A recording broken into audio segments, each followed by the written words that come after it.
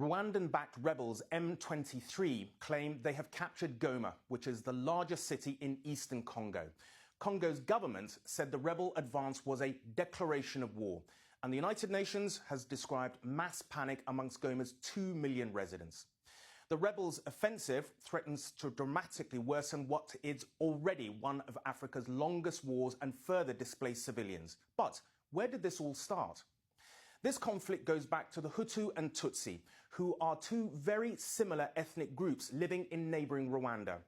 The groups had fought several times since the fall of the Tutsi monarchy in 1959, and this culminated in 1994, when 800,000 members of the Tutsi minority community were killed by ethnic Hutu extremists in what was later recognised around the world as a genocide.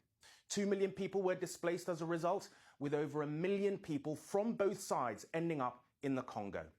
Now, over the next decade, Rwanda fought multiple wars with Congo, targeting Hutu militant groups and even backed Tutsi rebels who destabilized the Congolese government.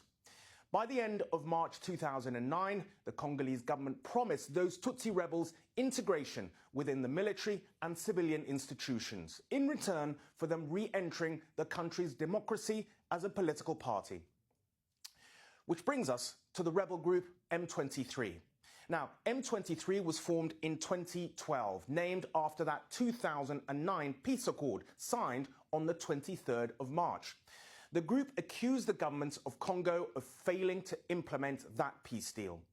They vow to defend Tutsi interests, particularly against ethnic Hutu militias. M23 have waged rebellions since its formation. They took Goma once before in 2012.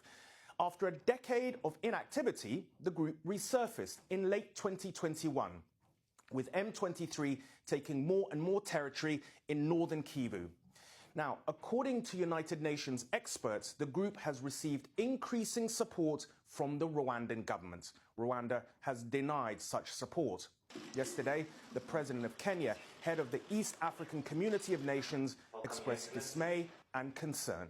We do not see, from where I sit, a possibility of a military solution to the challenges that faced Eastern DRC.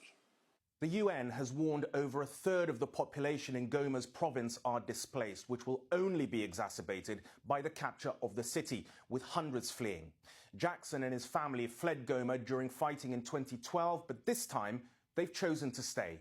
Sitting here, I can hear the sound of bombs, the crackle of falling bullets. We decided to stay at home because as long as there are wars, those who flee